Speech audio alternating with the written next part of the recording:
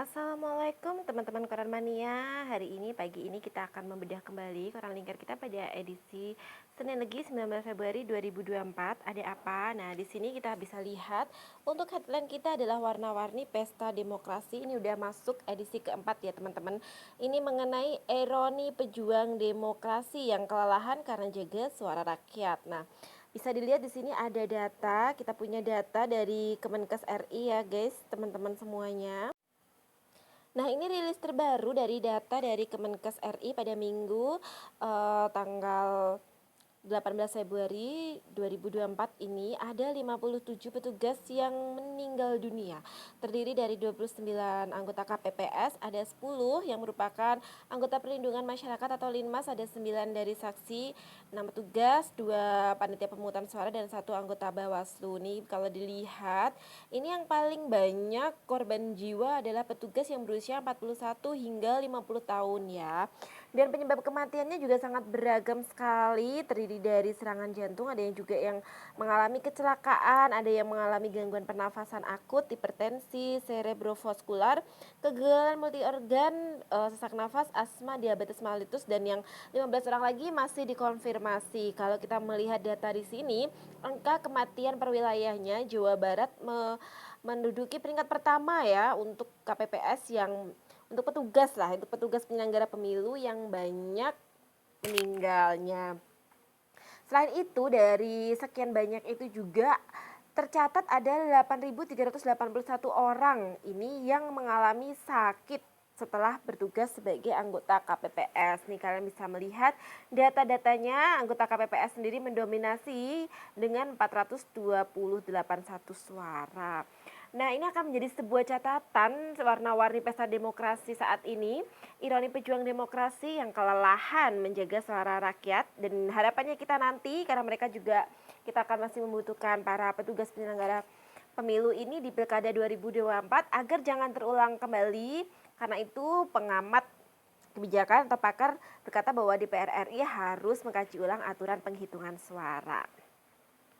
Selanjutnya di sini juga ada berita yang tidak kalah penting. Di sini kita bisa mendapatkan info mengenai hasil hitungan dari KPU nih berdasarkan data yang kita unduh dari website officialnya, yaitu pada tanggal 17 Februari 2024 pukul 19.30 ya. Ini di sini perolehan dari paslon 1 24,48% dan kemudian paslon 2 masih memimpin dengan 57,95% dan ada dari paslon 03 dengan 17,57%. Di sini juga ada usulan yang sangat mendesak sekali agar diadakan audit Sirekap karena ditemukan banyak ketidaksesuaian data antara Sirekap ini dengan formulir C1. Dan di bawah ini kita bisa melihat ada juga informasi dari Kabupaten Kudus mengenai pengelolaan DBHCT untuk mensejahterakan masyarakat.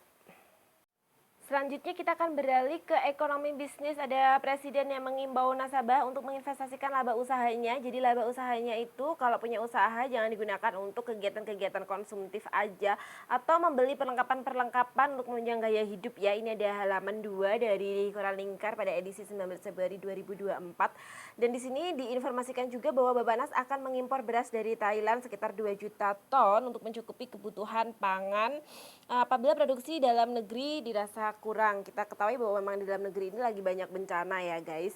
Kemudian di halaman sebelah, di halaman 3 ini kita ada tentang dari KPU yang mengimbau masyarakat untuk fokus memantau hasil rekapnya KPU. Diharapkan tidak terkecoh dengan banyaknya prediksi yang beredar yang tidak bisa jadi catokan. Jadi ada banyak prediksi caleg yang akan menjabat itu dan itu sempat membuat gaduh, dan diharapkan oleh KPU itu masyarakat tidak terkecoh dengan hal tersebut ya. Dan ini disebutkan juga di sini harapan dari anggota Komisi 1 DPR RI Ahmad Syahiku agar penyelenggara pemilu ini semua bekerja dengan baik dan profesional. Kita tahu bahwa banyak sekali suara yang harus dikawal. Nah, ini ada perolehan suara PDIP di Dapil 5 Jawa Tengah. Ini Puan Maharani masih memimpin dan disusul dengan Arya Bima, Rahmat Handayo, Didi Haryadi, Idrus Alhas. Nah, ini di sini Puan Maharani masih bertahan ya sebagai Ketua DPP PDIP, dan ada juga dari PKB yang mengklaim bahwa akan mendapatkan tambahan kursi di DPR RI, jadi menjadi 23 kursi. Dan selanjutnya di halaman berikutnya kita ada halaman Metropolis. Nah, di halaman Metropolis ada berita tentang pembongkaran puluhan bangunan liar di Pasar Lama. Ini di Pasar Lama yang ada di Serang. Kemudian ada penyaluran 200 paket sembako korban banjir. Dan ada pemungutan suara susulan ini yang diharapkan bisa berjalan lancar. Ini pemungutan suara susulan ini karena terjadi banjir ya ketika pada hari pemungutan suara tersebut. Nah, ini ada beberapa TPS yang harus melakukan pemungutan suara susulan. Disusul dengan Pemprov DKI Jakarta yang siap jadi kota global, dan ada ajukan bantuan benih tingkat produksi, dan ada imbauan ini agar masyarakat menjaga keamanan selama penghitungan suara. Kita tahu bahwa memang ada selisih-selisih ya, dan ada potensi untuk terjadi bentrokan. Maka dari itu masyarakat diimbau untuk tetap menjaga keamanan. Dan di halaman sampingnya ini ada halaman 5, itu adalah Lingkar Jateng. Lingkar Jateng pada edisi hari ini masih meng-highlight tentang banjir, dan kemungkinan ini akan menjadi episode terakhir karena Pantura Karanganyar sudah mulai dibuka ya. Tetapi meskipun demikian, banjir yang surut ini telah menyisakan tumpukan sampah yang akan menjadi PR bersama untuk dibersihkan sama-sama. Karena sampah dari banjir ini juga nggak main-main ya banyaknya.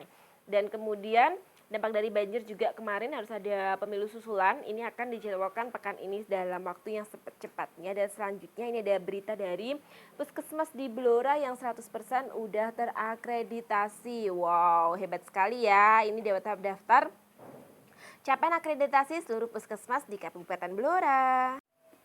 Halaman selanjutnya kita bertemu dengan halaman harian Pati, yaitu di halaman nomor 6. Di sini ada HL-nya, wanita hamil bakal dilarang jadi KPPS karena ada beberapa kasus wanita hamil ini akhirnya keguguran ya karena harus menjadi petugas KPPS. Nah, ini mereka bekerja, memang petugas KPPS ini kerjanya waktunya emang overtime banyak banget ya, dari pagi ke pagi. Nah, ini kita masih bertemu lagi dengan polemik pembebasan lahan akhirnya yang berakhir juga akhirnya ini untuk mega proyek tambang kapal yang akan kembali dilanjutkan. Di sini juga ada berita tentang DLH yang optimis mampu menyumbang PAD sebesar 400 juta. Ada berita dari Satpol PP Pati juga yang akan menertibkan PKL di alun-alun Simpang 5 Pati. Seperti kita ketahui bersama bahwa alun-alun Simpang 5 Pati ini kan memang sudah ditertibkan ya. Dan ternyata banyak sekali pedagang-pedagang yang masih melanggar dan berjualan di area tersebut karena memang area tersebut itu ramai sekali. Dan ini dari Bawaslu Pati yang mengaku belum menemukan bukti adanya aduan politik uang. Jadi aman di politik uang ya, atau sebenarnya nggak aman tapi ya nggak ada yang ngadu. Jadi Bawaslu itu nunggu pengaduan ya guys. Nah, berikutnya di halaman sebelahnya itu ada halaman 7. Ini ada berita harian Blora yang didominasi dengan berita-berita dari Distrik Blora ini. Mulai dari program SSN mulai tahun ini ada pemberlakuan efektif semester genap, minta Disdikbud Jateng sinergikan gagasan, ada sediakan guru untuk masing-masing agama. Jadi masing-masing agama harus ada gurunya, dan kemudian implementasi BTA lewat Blora Mengaji.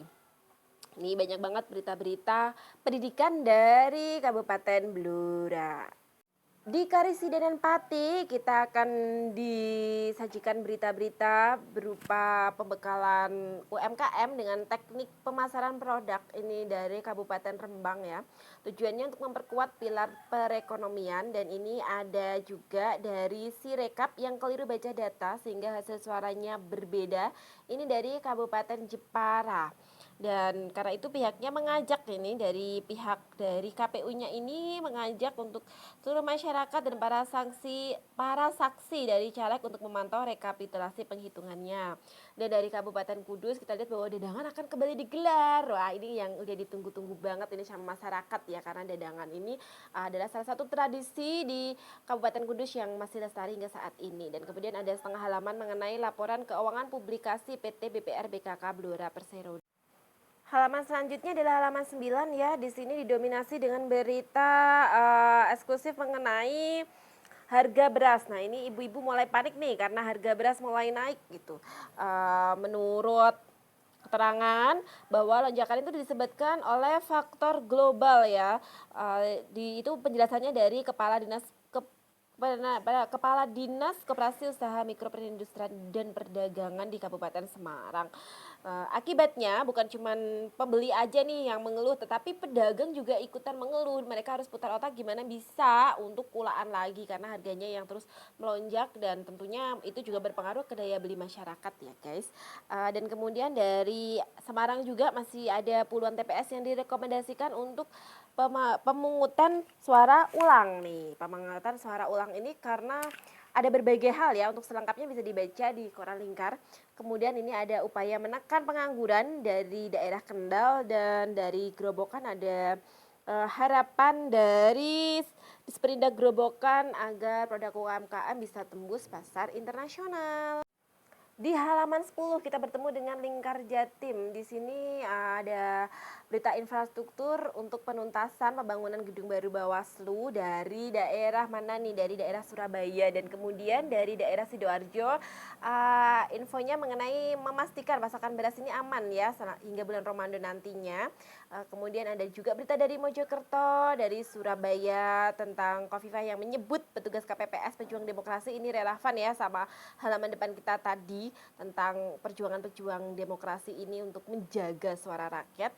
Kemudian ini ada vaksin polio untuk pekan kedua di Probolinggo, dan kemudian yang ketiga ada Surabaya juga adalah upaya untuk menggencarkan penggunaan energi baru dan terbarukan. Dan kemudian di halaman sebelahnya kita akan melihat ada halaman pendidikan desa. HL untuk pendidikan desa kita patut berbangga ini karena ada gerak cepat dari Camat dan BBWS Pemwali Juwana untuk membenahi tanggul yang jebol di Sungai Dumpil, Kecamatan Duku Seti, Kabupaten Pati. Ini sering sekali menyebabkan kebanjiran, dan karena itu gerak cepat daripada camatnya yaitu Camat Duku Seti Agus Sunarko bersama dan Ramil Kades Dapil dan BBWS Pemwali Juwana untuk meninjau tanggul ini. Ditinjau pada hari Rabu dan kemudian mulai diperbaiki pada hari Jumat. Ini cepat sekali ya responnya, bagus sekali ya teman-teman. Dan kemudian ini ada pesona dari adik kita, adik Delia Rifki Diviana yang terjun ke dunia sundan sejak SMA. Dan ini ada beberapa iklan kehilangan. Kalau bisa dicermati, nah kita bisa ada yang nemu. Nah ini bisa dilaporkan.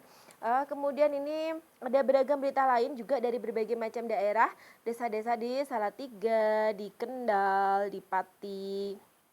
Ini bisa kalian baca semua dalam rubrik pendidikan desa di halaman 11 Koran Lingkar hari ini. Terakhir untuk halaman 12 ada berita dari Indonesia Timur. Ini beritanya cukup menyedihkan ya, karena KKB akhirnya menembak pesawat Wing Ice. Untuknya ini tidak menimbulkan kerusakan yang parah, akan tetapi dari aksi ini terdapat satu penumpang yang mengalami luka lecet karena terkena serpihan tembakannya itu tadi. Kemudian ada 3 kabupaten masuk kategori pelayanan publik terbaik. Ini adalah di Provinsi Papua Barat ya. Kemudian untuk berita pemilunya, ini Sultan Ternate memimpin suara terbanyak DPD RI Malut dan insya Allah masuk Senayan. Dan ini ada halaman khusus juga mengenai Sandi Marning Service permudah urusan KTP dari daerah Kendal. Nah, untuk membaca selengkapnya kalian bisa mengakses e-paper Koran Lingkar di koran.lingkar.news. Selamat membaca.